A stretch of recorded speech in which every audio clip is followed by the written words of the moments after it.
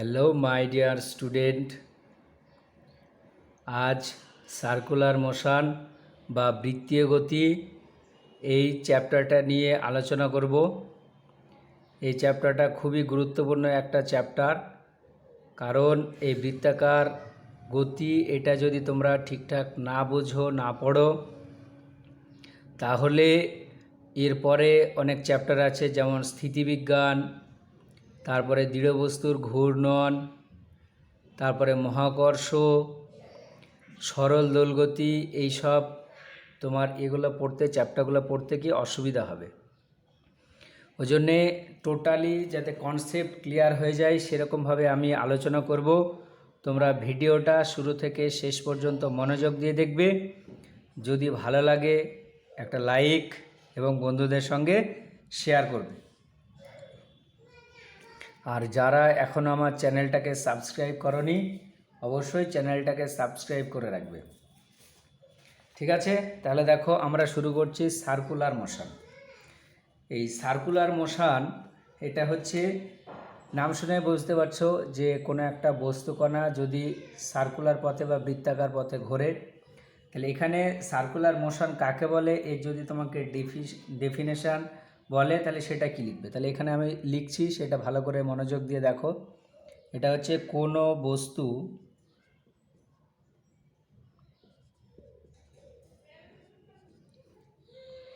কোনো একটি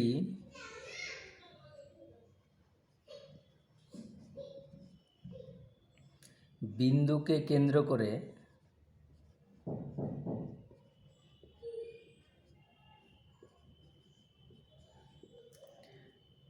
সর্বদা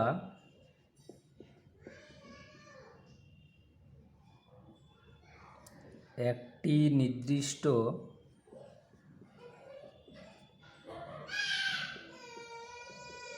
দূরত্ব বজায় রেখে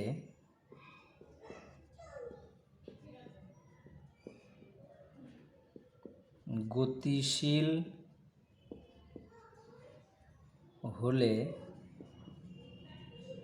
ওই বস্তুর গতিকে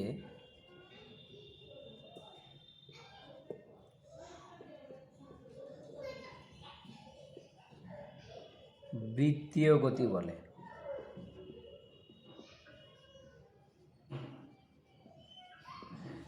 ঠিক আছে, তাহলে এখানে বৃত্তীয় গতি যেটা, সেটা হচ্ছে তোমার কি হতে হবে, যে কোনো একটা বস্তু একটা নির্দিষ্ট বিন্দুকে কেন্দ্র করে কি করবে, গতিশীল হবে, এবং ওই বস্তুটার ওই নির্দিষ্ট কেন্দ্রটা থেকে যে দূরত্ব সেটা সবসময় কী হবে, সমান হবে।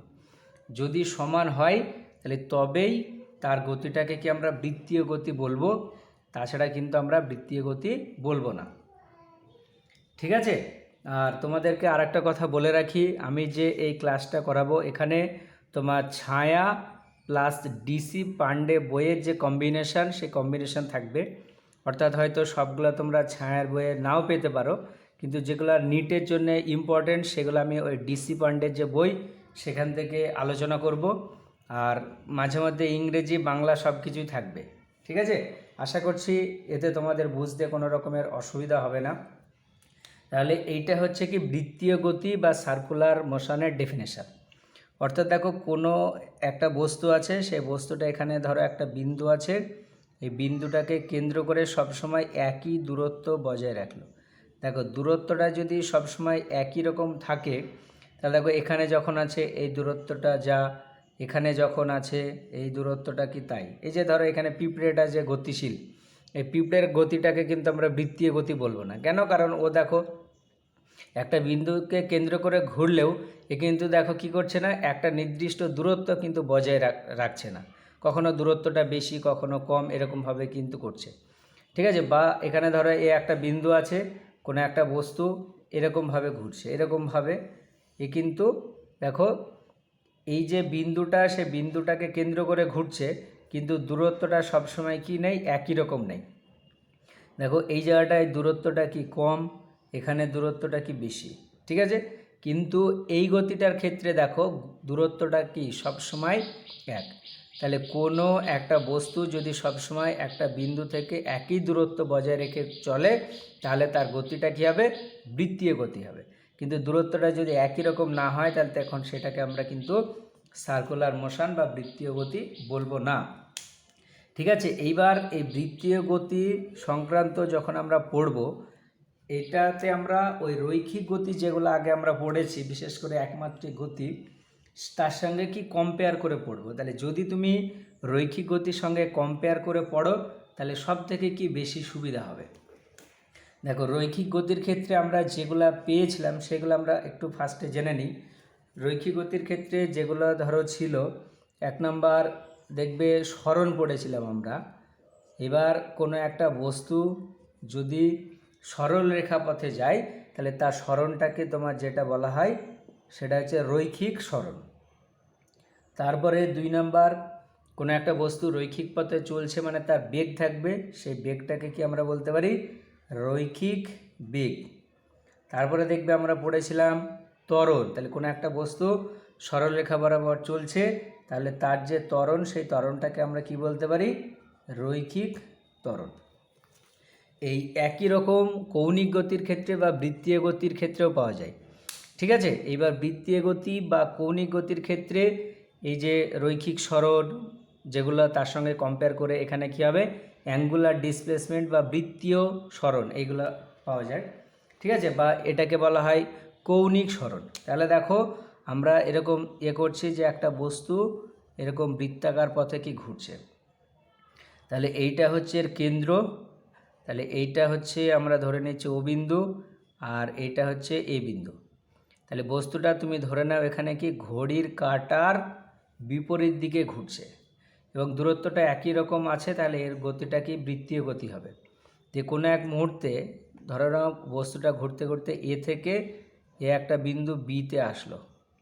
ঠিক আছে, এ বিন্দু থেকে কি বি বিন্দুতে আসলো এবং বি বিন্দুতে আসতে তার যে সময়টা লেগেছে সেই সময়টা আমরা ধরে নিলাম কি টি। তাহলে দেখো, রৈখিক সরণ আমরা যেটা পেয়েছি, বৃত্তীয় গতির ক্ষেত্রে যেটা পাওয়া যাবে সেটা হচ্ছে তোমার কি কৌণিক সরণ। ঠিক আছে, তাহলে কৌণিক সরণ কাকে বলে, এবার এইটা আমরা কি ভালো করে দেখব। ভালো করে দেখো তাহলে, রৈখিক সরণ কাকে বলে, যে কোনো একটা বস্তুর প্রাথমিক এবং অন্তিম অবস্থানের মধ্যে যে লম্ব দূরত্ব সেটাকে আমরা জানি কি রৈখিক সরণ বলে, এবং রৈখিক সরণ হচ্ছে কি একটা ভেক্টর রাশি। তাহলে কৌণিক সরণ হচ্ছে কোনো একটা বস্তু যখন বৃত্তাকার পথে ঘুরবে তার প্রাথমিক এবং অন্তিম অবস্থান, এই দুটো অবস্থান কেন্দ্রে যে কোণটা উৎপন্ন করবে। তাহলে দেখো, এ থেকে বিতে গেল, তাহলে এ থেকে বিতে একটা বৃত্তচাপ, আর এই বৃত্তচাপটা দেখো কেন্দ্রে কি একটা কোণ উৎপন্ন করেছে, এই কোণটাকে আমরা ধরে নিলাম কি থিটা। তাহলে এই কেন্দ্রে যে কোণ উৎপন্ন করছে সেটাকে তোমার বলা হচ্ছে কি কৌণিক সরণ। তাহলে কৌণিক সরণ এটা হচ্ছে কি থিটা। এবার দেখো, এই কৌণিক সরণকে আমরা এইভাবে প্রকাশ করতে পারি। আমরা ক্লাস 7, 8 এইগুলাতে হয়তো পড়েছি বা তোমরাও পড়েছ যে কোণ সমান আমরা কি জানি, দেখবে যে কোণের ক্ষেত্রে কোণ এটা সমান হচ্ছে চাপ বাই কত, ব্যাসার্ধ। এটা আমরা জানি কোণ সমান কি হয়, চাপ বাই ব্যাসার্ধ। তাহলে এখানে কোণটাকে কি বলা হচ্ছে, কৌণিক সরণ। তাহলে এখানে দেখো কৌণিক সরণ, কৌণিক সরণ এটা সমান হচ্ছে কি চাপ মানে কত এ বি, আর ব্যাসার্ধ যেটা সেটা হচ্ছে কত ও এ, তাই না। তাহলে কৌণিক সরণ এটা সমান হচ্ছে কি চাপ বাই ব্যাসার্ধ, অর্থাৎ এখানে যে কোণটা উৎপন্ন করবে অর্থাৎ কোণ এ ও বি এটা হচ্ছে থিটা, এটাকে তোমার বলা হচ্ছে কি কৌণিক সরণ। তাহলে কৌণিক সরণের যে কনসেপ্ট সেটা কিন্তু তোমাকে অবশ্যই ভালো করে ক্লিয়ার করে রাখতে হবে, কারণ এগুলো পরে প্রচুর কাজে লাগবে। তাহলে কোনো একটা কণা যদি বৃত্তাকার পথে ঘোরে তাহলে তার প্রাথমিক এবং অন্তিম অবস্থান দুটো কেন্দ্রে যে কোণ উৎপন্ন করে সেটাকে বলা হচ্ছে কি কৌণিক সরণ। এবার এখানে আর একটা জিনিস তোমাকে মাথায় রাখতে হবে, কৌণিক সরণ যেটা এর কিন্তু কোনো রকমের কি মাত্রা নেই। ঠিক আছে, তাহলে এখানে দেখো কেন মাত্রা নেই, কৌণিক সরণ থিটা, থিটা মানে কত চাপ বাই ব্যাসার্ধ। তাহলে চাপ মানে কি নির্দিষ্ট একটা দৈর্ঘ্যকে নির্দেশ করছে, আর ব্যাসার্ধ মানে নির্দিষ্ট একটা দৈর্ঘ্যকে বা একটা দূরত্বকে নির্দেশ করছে। তাহলে যেহেতুই দুটো দৈর্ঘ্যের অনুপাত, ওই জন্যে এর কোনো কি থাকবে না, মাত্রা থাকবে না এবং এককও থাকবে না। কিন্তু একে কোনকে আমরা কোন এককে পরিমাপ করি, রেডিয়ান এককে পরিমাপ করি। তাহলে এর একটা একক আছে কিন্তু দেখো কোনো রকম কি মাত্রা নেই। ঠিক আছে, এইবার এখানে আর একটা জিনিস তোমাদেরকে বলি, দেখো এখানে রৈখিক সরণ যেটা সেটা কিন্তু ভেক্টর রাশি, আর কৌণিক সরণ সেটাও ভেক্টর রাশি। তাহলে কৌণিক সরণ যেহেতু ভেক্টর রাশি, তাহলে তার কি থাকবে, নির্দিষ্ট একটা অভিমুখ থাকবে অবশ্যই। এবার এখানে তোমাদের ভেক্টর চ্যাপ্টার আশা করছি সবার পড়া হয়ে গেছে। যারা এখনও ভেক্টর পড়োনি অবশ্যই ভেক্টরের ভিডিওগুলো ভালো করে দেখে নেবে। দেখো ভেক্টর চ্যাপ্টার কিন্তু প্রত্যেকটা জায়গায় কাজে লাগবে, খুবই ইম্পর্ট্যান্ট ভেক্টর চ্যাপ্টার। দেখো এই যে রৈখিক সরণ, তারপরে রৈখিক বেগ, রৈখিক ত্বরণ, এগুলা কি সবগুলা হচ্ছে ভেক্টর রাশি। আর এই ভেক্টরগুলোকে তোমার বলা হয় কি, পোলার ভেক্টর। ঠিক আছে, রৈখিক সরণ, রৈখিক বেগ, রৈখিক ত্বরণ, এগুলোকে কি পোলার ভেক্টর বলে। পোলার ভেক্টর কাকে বলে, যে ভেক্টরের নির্দিষ্ট একটা কি শুরু আছে, ঠিক আছে, বা নির্দিষ্ট একটা স্টার্টিং পয়েন্ট আছে, সেগুলোকে তোমার বলা হচ্ছে কি পোলার ভেক্টর। যেমন এগুলো আমরা রৈখিক সরণ মানে কি, কোনো একটা বস্তু এরকম সরলরেখা পথে যাচ্ছে, বা এইভাবে এইভাবে গেল দিয়ে এইভাবে যদি ঘুরে যায়, এগুলোকে কি আমরা রৈখিক গতি বলবো। তাহলে এখানে দেখো এই যে সরণ, তার একটা নির্দিষ্ট কি স্টার্টিং পয়েন্ট আছে এবং এন্ড পয়েন্ট আছে। তাহলে এই ধরনের যে ভেক্টর সেগুলোকে বলা হচ্ছে কি পোলার ভেক্টর, আর তার একটা নির্দিষ্ট অভিমুখ আছে। সেই অভিমুখ কি, এখানে দেখো এই বস্তুটার এখান থেকে এইটার গতি যদি আমরা মানে ধরি, তাহলে এখান থেকে এই দিকে গিয়েছে, তাহলে এখানে সরণ, তারপরে বেগ, ত্বরণের অভিমুখ কোন দিকে হবে, এই দিকে। ঠিক আছে, আর এখানে এই কৌণিক গতির ক্ষেত্রে যে সমস্ত ভেক্টর পাওয়া যায়, এর সঙ্গে দেখো আমরা একটা পেলাম কি, কৌণিক গতির ক্ষেত্রে বা বৃত্তীয় গতির ক্ষেত্রে কৌণিক সরণ, তারপরে একই রকমভাবে আমরা রৈখিক বেগের মতো এখানে পাবো কি কৌণিক বেগ, এখানে রৈখিক ত্বরণের মতো ওখানে পাবো কি কৌণিক ত্বরণ। এবার এখানে এই যে কৌণিক সরণ, কৌণিক বেগ, কৌণিক ত্বরণ, এই সমস্ত ভেক্টরগুলোকে তোমার বলা হয় কি অ্যাক্সিয়াল ভেক্টর। ঠিক আছে, ওগুলাকে বলা হচ্ছে কি পোলার ভেক্টর। আর বৃত্তাকার পথে যদি কোনো একটা বস্তু ঘোরে, তাহলে ওই বৃত্তাকার পথে ঘোরা রিলেটেড যত রকমের ভেক্টর আছে, সেই ভেক্টরগুলোকে বলা হবে কি অ্যাক্সিয়াল ভেক্টর। তাহলে যেহেতু এইগুলা ভেক্টর আসে, তাহলে তার অবশ্যই কি থাকবে, একটা ডিরেকশন থাকবে। সেই ডিরেকশনটা কোন দিকে হবে, ডিরেকশন বার করার একটা রুলস আছে। সেই রুলসটাকে দেখো, এখানে বস্তুটা কোন ডিরেকশনে ঘুরছে, অ্যান্টি ক্লকওয়াইজ ডিরেকশানে। তাহলে অ্যান্টি ক্লকওয়াইজ ডিরেকশানে যদি কোনো একটা বস্তু ঘোরে, তাহলে এই জায়গাটায় যেহেতু অ্যান্টি ক্লকওয়াইজ ডিরেকশানে ঘুরছে, তাহলে এখানে একটা স্ক্রুকে রেখে তুমি অ্যান্টি ক্লকওয়াইজ দিকে, অর্থাৎ এরকম ঘড়ির কাঁটার বিপরীতে ঘোরাও। তাহলে যদি ওই স্ক্রুটাকে তুমি ঘড়ির কাঁটার বিপরীতে ঘোরাও, তাহলে ওই স্ক্রুয়ের অগ্রভাগ যেদিকে গতিশীল হবে, সেই দিকে হবে কি এই অ্যাক্সিয়াল ভেক্টরের ডিরেকশন। দেখো এখানে বস্তুটা বৃত্তাকার পথে ঘুরছে মানে কি, ও বিন্দু বরাবর তার কি আছে, একটা অক্ষ আছে। তাহলে ও বিন্দু বরাবর যদি আমরা এরকম একটা উপর থেকে নিচের দিকে একটা রেখা কল্পনা করি, সেই রেখাটাকে বলা হচ্ছে কি অ্যাক্সিস।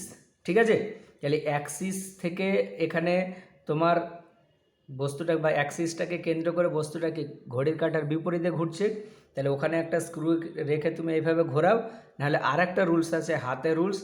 সেটা হচ্ছে এই হাতের চারটা আঙুলকে, এই যে চারটা আঙুল, এই চারটে আঙুলকে তুমি ওই অ্যান্টি ক্লকওয়াইজ ডিরেকশনে ঘোরাও, এরকম দেখো ভালো করে।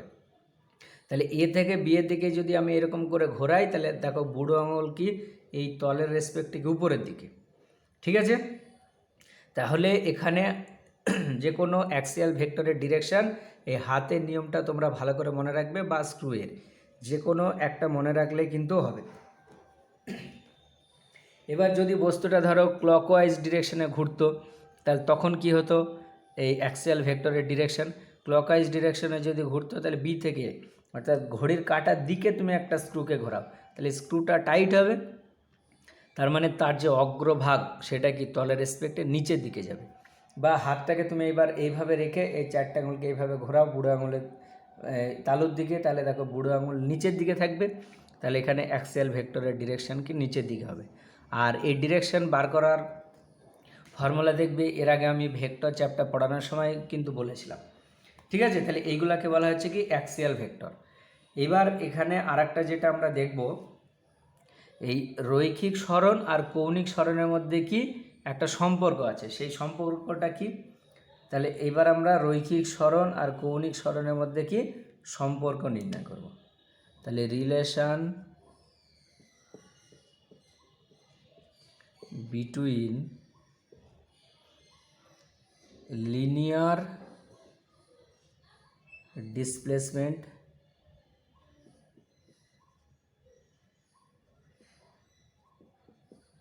and angular displacement।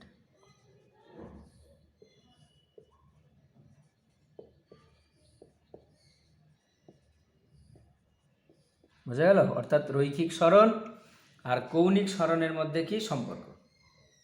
তাহলে দেখো কিভাবে সম্পর্কটা আমরা নির্ণয় করছি। এখানে আমরা দেখতে পেলাম কৌণিক সরণ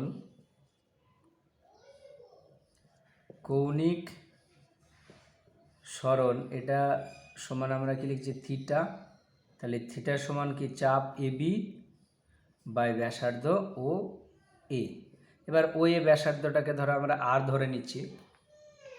এবার দেখো এ আর বি বিন্দুটা যদি খুব কাছাকাছি অবস্থিত হয়, তাহলে এই এবি যে রেখা বা এই যে চাপ, সেই চাপটাকে কি আমরা একটা সরলরৈখিক পথ ধরতে পারি।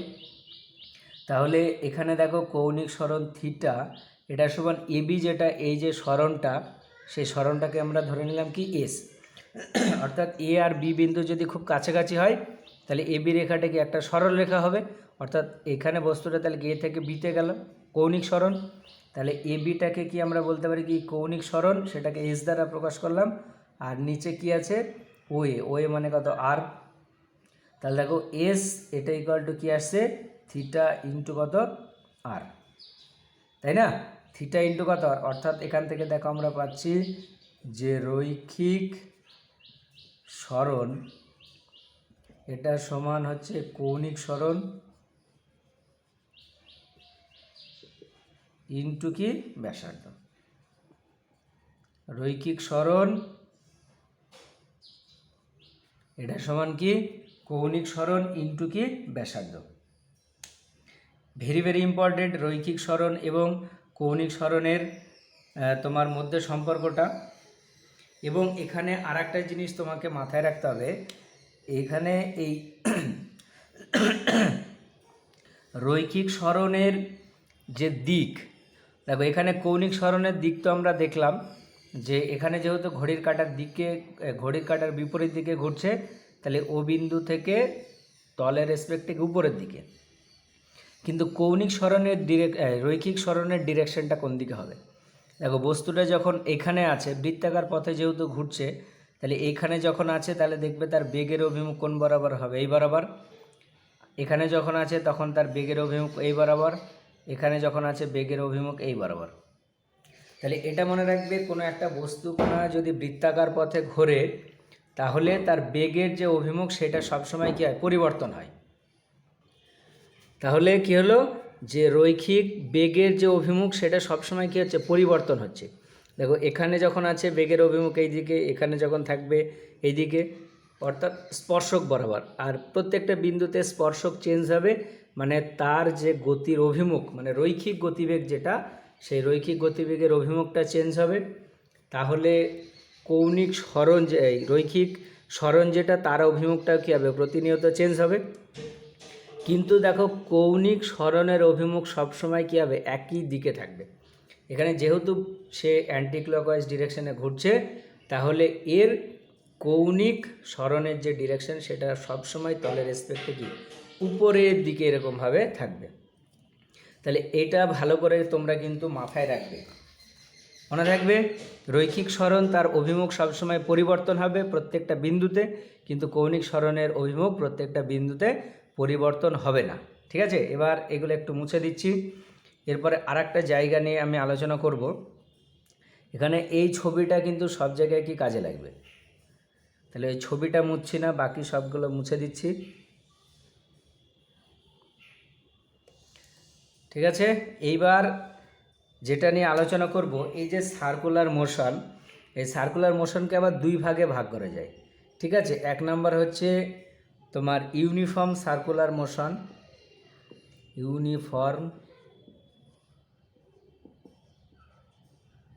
সার্কুলার মোশন, আর দুই নাম্বার হচ্ছে তোমার নন ইউনিফর্ম সার্কুলার মোশন।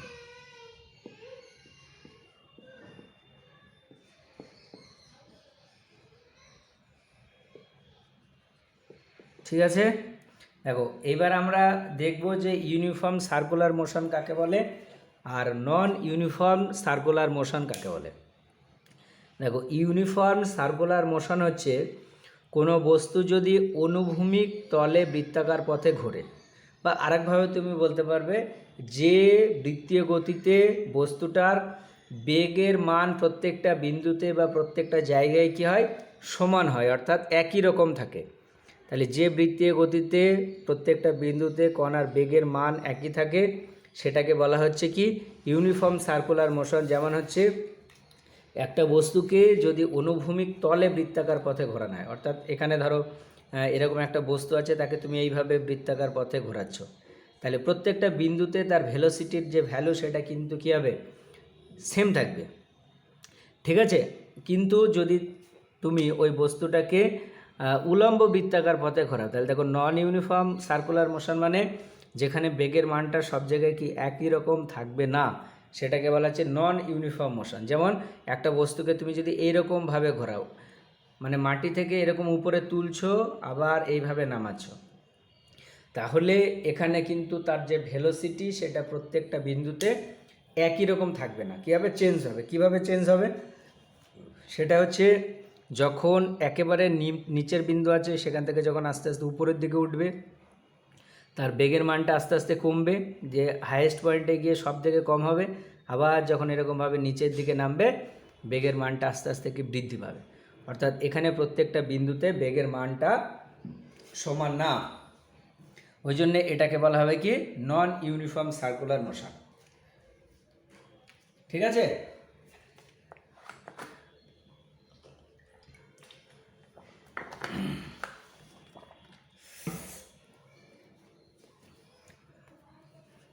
এবার যেটা নিয়ে আলোচনা করব সেটা হচ্ছে কৌণিক বেগ বা অ্যাঙ্গুলার ভেলোসিটি। ভালো করে লক্ষ্য করো এটা, তাহলে আমরা রৈখিক গতির সঙ্গে কম্পেয়ার করে পড়বো এটা বললাম। তাহলে দেখো অ্যাঙ্গুলার ভেলোসিটি, অ্যাঙ্গুলার,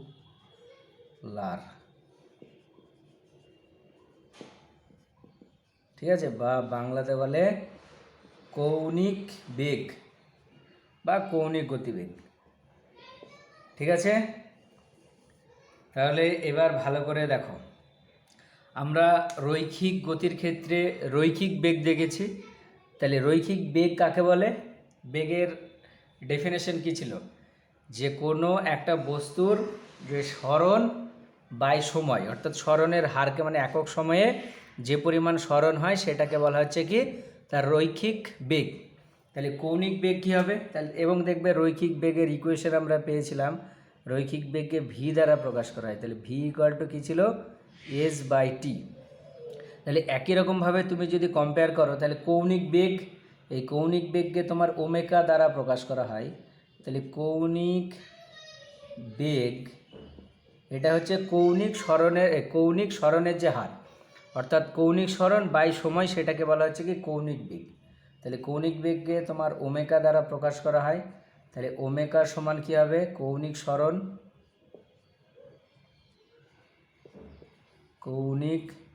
সরণ বাই হচ্ছে কি সময়। তাহলে কৌণিক সরণকে কি দ্বারা প্রকাশ করেছি আমরা, থিটা, আর সময়কে কি দ্বারা প্রকাশ করা হয়, টি, অর্থাৎ ওমেগা এটা সমান কি হচ্ছে থিটা বাই টি।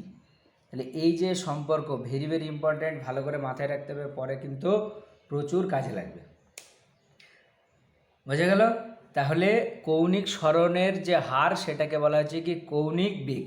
এই কৌণিক বেগটাও হচ্ছে কি একটা ভেক্টর রাশি, এর অভিমুখ কোন দিকে হবে, সেই একই স্ক্রুকে তুমি অ্যান্টি ক্লকওয়াইজ ডিরেকশনে ঘোরাও, তাহলে এখানে তলের রেসপেক্টে কি উপরের দিকে, তাহলে এটা কি হবে, একটা অ্যাক্সিয়াল ভেক্টর, বোঝা গেল। আর এখানে দেখবে রৈখিক গতির সঙ্গে আমরা যেহেতু কম্পেয়ার করে পড়ছি, রৈখিক গতির ক্ষেত্রে আমরা একটা দেখেছিলাম যে ইনস্ট্যান্টেনিয়াস ভেলোসিটি বা তাৎক্ষণিক বেগ ভি, এটা সমান তোমার কি হয় ডিএস বাই কত ডিটি। কৌণিক গতির ক্ষেত্রে এটা লেখা যায় ওমেগা, এটা সমান হচ্ছে কত ডি থিটা বাই ডিটি। এটাকে তোমার বলা হয় কি তাৎক্ষণিক কৌণিক বেগ। এটা যেমন কি তাৎক্ষণিক বেগ ভি ইকুয়াল টু আমরা দেখেছি ডিএস বাই ডিটি, কৌণিক গতির ক্ষেত্রে ওমেগার সমান ডি থিটা বাই কত ডিটি, এটা লেখা যায়। আর কৌণিক বেগের যে একক, সেই এককটা কী হবে দেখো, এর যে ইউনিট, সেই ইউনিট কী হবে ইউনিট অফ ওমেগা।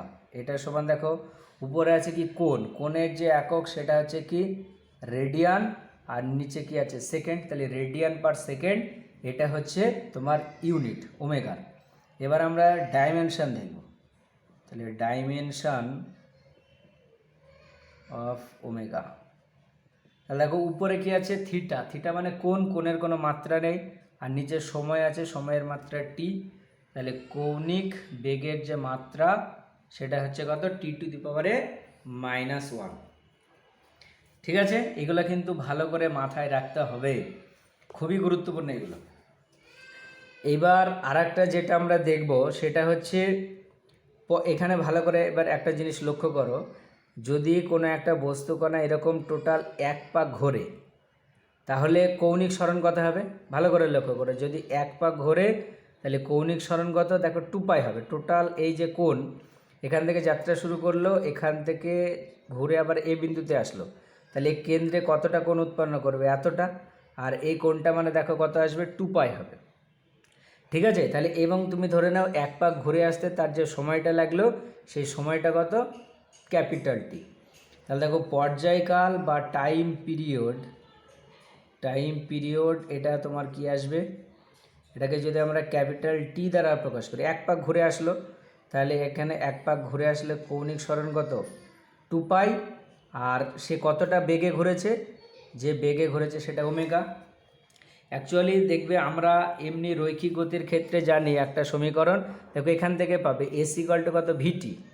ঠিক আছে, তাহলে এস ইকুয়াল টু ভিটি, তাহলে টি ইকুয়াল টু কী হবে এস বাই ভি, অর্থাৎ এখানে সময় সমান কি সরণ বাই বেগ, আর কৌণিক গতির ক্ষেত্রে পর্যায়কাল বা সময় এটা সমান কি হচ্ছে কৌণিক সরণ বাই কি কৌণিক বেগ, তাহলে কৌণিক সরণ এক পাক ঘুরলে কত 2π, আর তার বেগ কত ওমেগা। তাহলে এটা হচ্ছে কি তোমার পর্যায়কাল। আর আরেকটা যেটা তোমার কাজে লাগবে সেটা হচ্ছে ফ্রিকোয়েন্সি। দেখো ফ্রিকোয়েন্সি বা কম্পাঙ্ক কাকে বলে, কম্পাঙ্ক হচ্ছে একক সময়ে যত সংখ্যক পূর্ণ আবর্তন সম্পন্ন করে, একক সময়ে যত সংখ্যক পূর্ণ আবর্তন সম্পন্ন করে সেটাকে তোমার বলা হচ্ছে কি অ্যাঙ্গুলার ফ্রিকোয়েন্সি, বা এমনি ফ্রিকোয়েন্সি হিসেবে এখানে আমি লিখছি। তাহলে সেই ফ্রিকোয়েন্সিকে এন দ্বারা প্রকাশ করা হয়, আর এন সমান তোমরা জানো দেখবে এটা কত হয় 1/t, অর্থাৎ টি সময়ে সে কটা পাক ঘুরেছে এক পাক, তাহলে একক সময়ে কতটা পাক ঘুরবে 1/t, আর একক সময়ে যতগুলা পূর্ণ পর্যায় সম্পন্ন হয় বা আবর্তন সম্পন্ন হয় সেটাকে বলা হচ্ছে কি কম্পাঙ্ক। তাহলে কম্পাঙ্ক এন এটা সমান কত 1/t, আর টি মানে কত 2π বাই ওমেগা। তাহলে দেখো এখান থেকে এন সমান কি আসবে, এন সমান আসবে ওমেগা বাই কত 2π, যেহেতু উল্টোটা, বা এখান থেকে দেখো ওমেগা এটা ইকুয়াল টু কত 2πn। এই যে সমীকরণ এগুলো কিন্তু পরে প্রচুর কাজে লাগবে, ভালো করে মাথায় রাখবে এইটা। তারপরে এই যে ইকুয়েশান এগুলো যখন তোমরা ওই সরল দোলগতি চ্যাপ্টার পড়বে সেখানে কিন্তু কাজে লাগবে। তাহলে ফ্রিকোয়েন্সি এইটা, তাহলে এখানে দেখো আরেকটা জিনিস, ফ্রিকোয়েন্সির যে একক সে একক কী হবে, এখানে ফ্রিকোয়েন্সি দেখো এন সমান ওমেগা বাই কত 2π, অর্থাৎ রেডিয়ান পার সেকেন্ডই হবে, কারণ এনের একক আর ওমেগার একক কী হবে সেকেন্ড হবে। এবার যেহেতু দেখো পাক ঘুরছে ওই জন্যে তোমার ফ্রিকোয়েন্সির যে একক সেটাকে তোমার এরকমভাবে প্রকাশ করা হয়, এটা হচ্ছে তোমার এরকম আরপিএস, তারপরে আরপিএম, আরপিএইচ, এই একক দ্বারা কি প্রকাশ করা হয়। এগুলা কি দেখো আমরা কম্পাঙ্ক মানে কি একক সময়ে যতগুলা কি পাক ঘুরছে। ঠিক আছে, এবার এখানে দেখো আরপিএস এর ফুল ফর্ম হচ্ছে রেভলিউশন পার সেকেন্ড, অর্থাৎ এখানে তোমার বলছে যে এক সেকেন্ড সময়ে যতগুলা কি সে আবর্তন সম্পন্ন করে, রেভলিউশন পার কি সেকেন্ড, অর্থাৎ এক সেকেন্ডে যতগুলো কি তার পূর্ণ পর্যায় হবে। আরপিএম মানে এক মিনিটে, রেভলিউশন পার কি মিনিট, আরপিএস হচ্ছে রেভলিউশন পার আওয়ার, অর্থাৎ এক ঘন্টায় কতটা হচ্ছে। ঠিক আছে, যেমন এখানে তুমি আরপিএম থেকে আরপিএসে কি তুমি কনভার্ট করতে পারো, যেমন 1 আরপিএম অর্থাৎ মানে কি এক মিনিটে সে কতটা যাচ্ছে।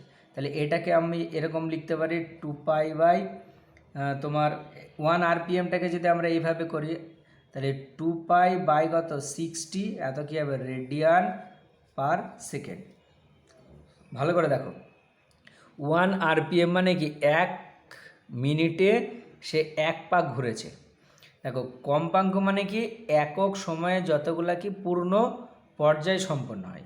তাহলে 1 আরপিএম মানে কি এক মিনিটে সে একবার পাক খেয়েছে। তাহলে এটা সমান কী হবে 2 পাই বাই কত 60, এত রেডিয়ান পার সেকেন্ড, তাই না? তাহলে এইগুলো কিন্তু তোমাদেরকে ভালো করে মাথায় রাখতে হবে, আরপিএম। তাহলে এখানে একটা জিনিস, যদি তোমার এন দেওয়া থাকে তাহলে সেখান থেকে আমরা কি ওমেগা বার করতে পারবো। যেমন তোমাকে বললো যে একটা বস্তু কণার কৌণিক কম্পাঙ্ক সেটা হচ্ছে 3 আরপিএম। ভালো করে লক্ষ্য করো, এটা খুবই গুরুত্বপূর্ণ, অঙ্ক করতে গিয়ে কাজে লাগবে। যে একটা বস্তু কণার কৌণিক কম্পাঙ্ক সেটা হচ্ছে 3 আরপিএম, তাহলে তার ক্ষেত্রে ওমেগা কত হবে। তাহলে দেখো ওমেগা ইকুয়ালটা আমরা কত জানি, θ/t। তাহলে 3 আরপিএম মানে কি এক মিনিট সময়ে সে 3বার আবর্তন করেছে। তাহলে যদি সে 3বার আবর্তন করে তাহলে কৌণিক সরণ কত আসবে 2 পাই ইন্টু 3। কেন? কারণ আমরা জানি একবার আবর্তন করলে কৌণিক সরণ কত হয় 2 পাই। তাহলে 3বার আবর্তন করেছে, তাহলে 2 pi into 3।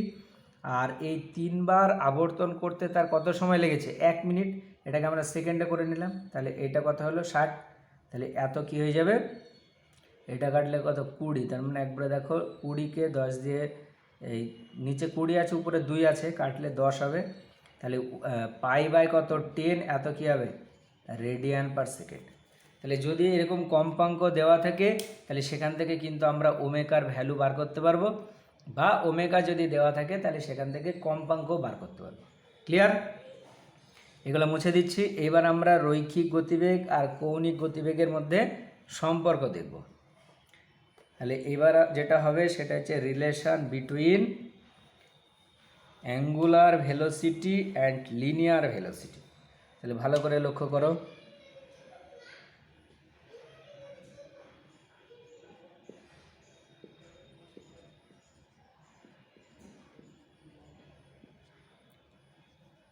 Angular velocity and linear velocity. আশা করছি তোমরা বুঝতে পারছো ঠিকঠাক। যদি না বুঝতে পারো কোনো জায়গায়, ঠিক আছে, এই থিওরিতে, তাহলে নিশ্চয়ই তোমরা সবাই আমার হোয়াটসঅ্যাপ গ্রুপে আছো এমপি ফিজিক্স একাডেমি, সেখানে জয়েন হয়ে তোমরা ভয়েস মেসেজ করে আমাকে জানাতে পারো। কিন্তু একটা জিনিস মাথায় রাখবে, ওখানে আজে বাজে কোনো কিছু সেন্ড করবে না, জাস্ট পড়াশোনা রিলেটেড মানে ফিজিক্স রিলেটেড যাবতীয় তোমরা কিছু সেন্ড করতে পারো। যদি কোনো জায়গায় না বুঝতে পারো তাহলে সেটা আমাকে জিজ্ঞেস করতে পারো, ঠিক আছে? তাহলে এবার দেখো আমরা অ্যাঙ্গুলার ভেলোসিটি অ্যান্ড লিনিয়ার ভেলোসিটির মধ্যে কি রিলেশন করব। তাহলে দেখো আমরা জানি, তাহলে রৈখিক বেগ এটা সমান কি হয় সেটা আমরা দেখব। উই নো দ্যাট ভি মানে কি লিনিয়ার ভেলোসিটি, এটার সমান তোমার কি হয় এস বাই কত টি, অর্থাৎ রৈখিক বেগ সমান রৈখিক সরণ বাই কি সময়।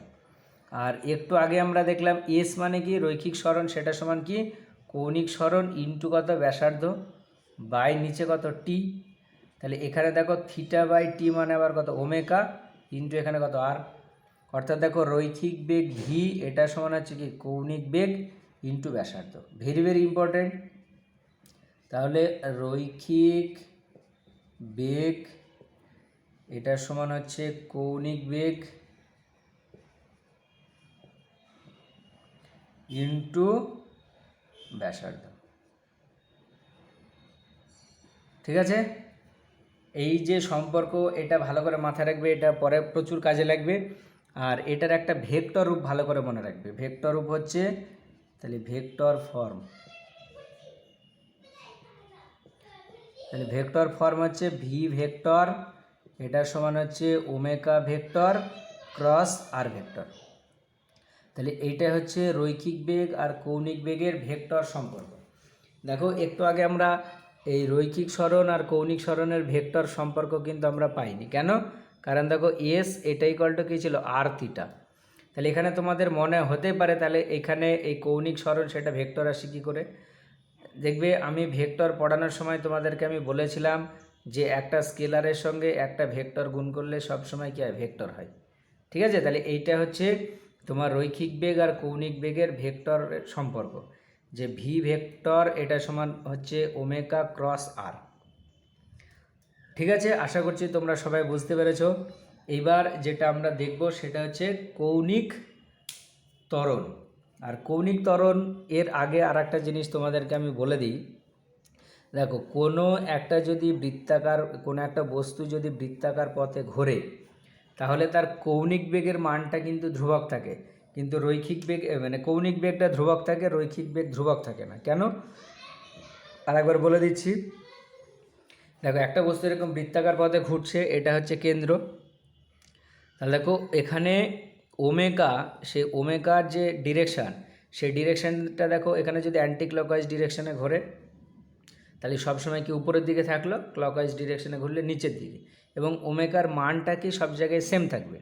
কিন্তু যদি কোনো একটা বস্তু এরকম বৃত্তাকার পথে ঘোরে তাহলে তার যে লিনিয়ার ভেলোসিটি ভি, এই ভি এর মানটা সব জায়গায় কি সমান থাকে, কিন্তু অভিমুখটা কি সবসময় পরিবর্তন হয়।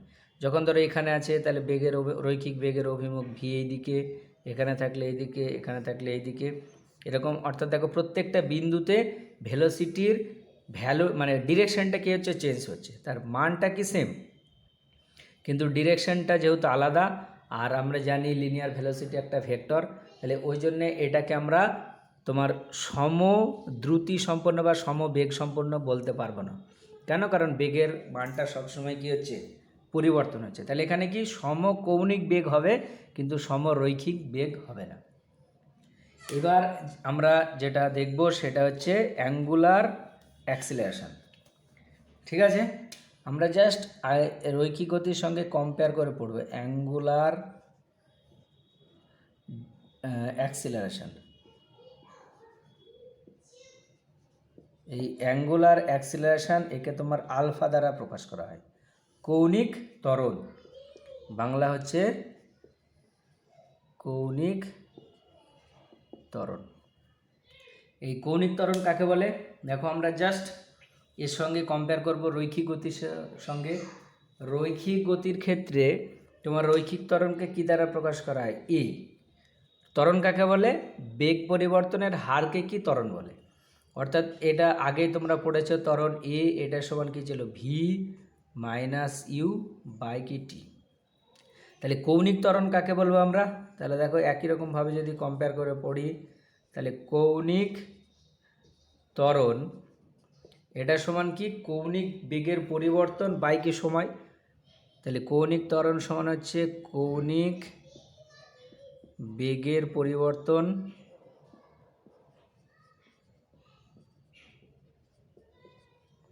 বাই সময়। তাহলে এটাকে কি বলা হচ্ছে, কৌণিক ত্বরণ। কৌণিক ত্বরণকে আলফা দ্বারা প্রকাশ করা হয়। তাহলে কৌণিক বেগের পরিবর্তন মানে কি, অন্তিম কৌণিক বেগ মাইনাস প্রাথমিক কৌণিক গতিবেগ। তাহলে অন্তিম কৌণিক বেগকে আমরা প্রকাশ করলাম ওমেগা 2, আর এটা হচ্ছে কি ওমেগা 1 বাই কত, টি।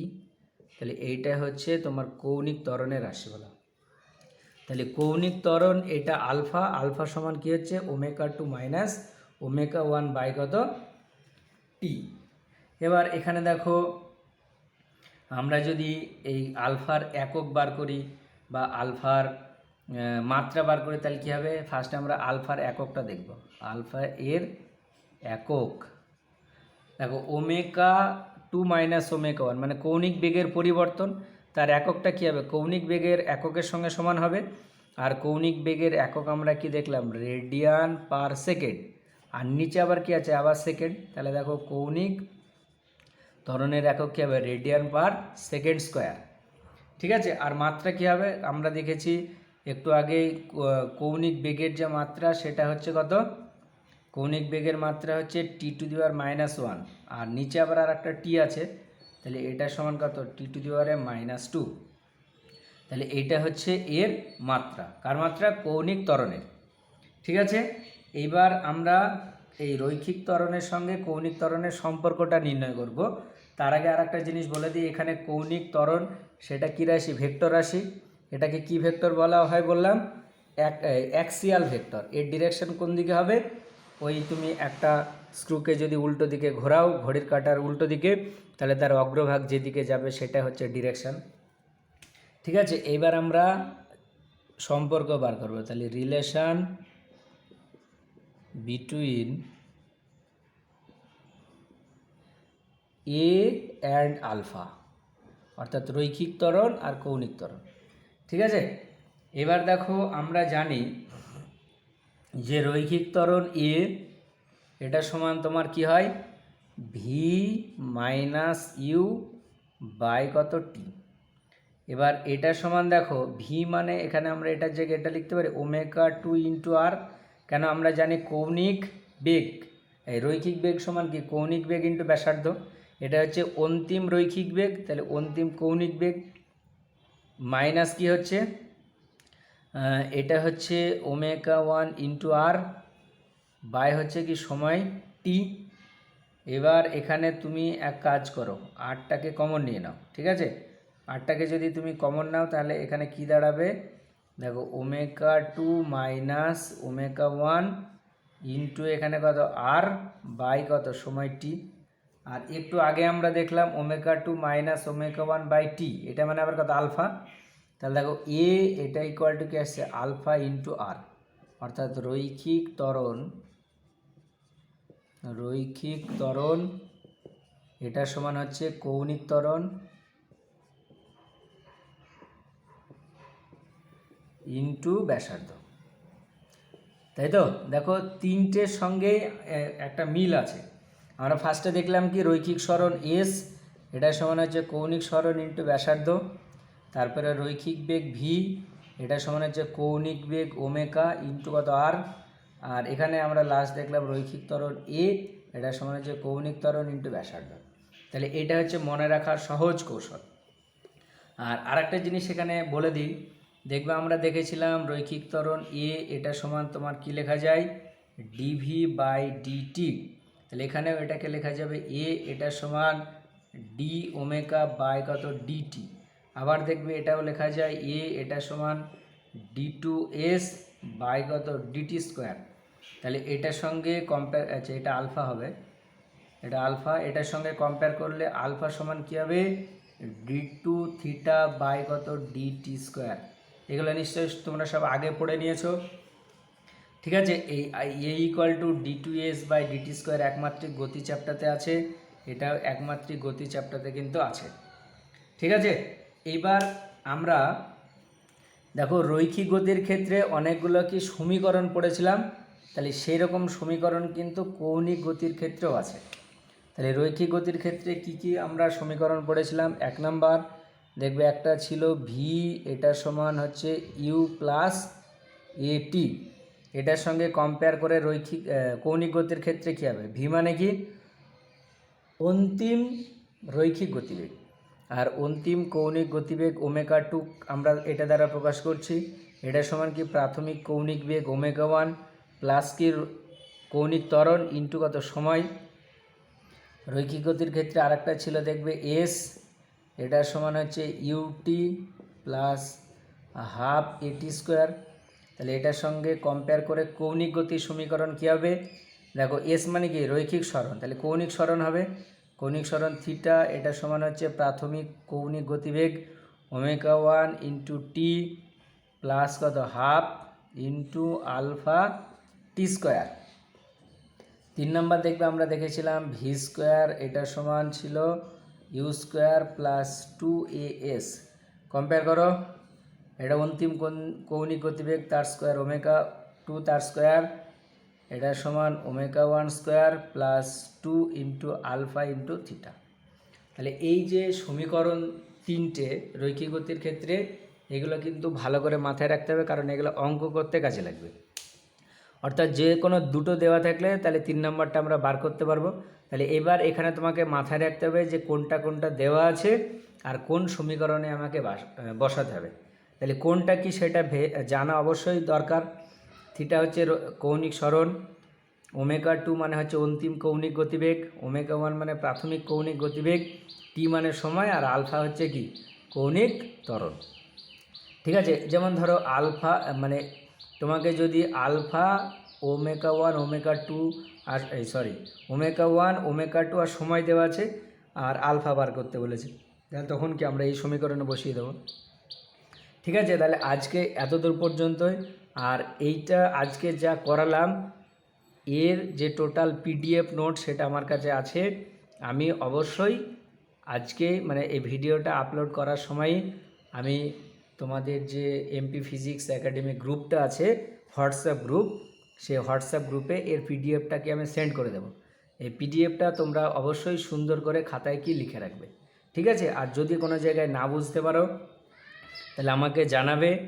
আর যদি ভালো লাগে, সব বুঝতে পারো, তাহলে একটা লাইক অবশ্যই করবে আর বন্ধুদের মধ্যে শেয়ার করবে। ঠিক আছে, তাহলে আজকে এই পর্যন্তই।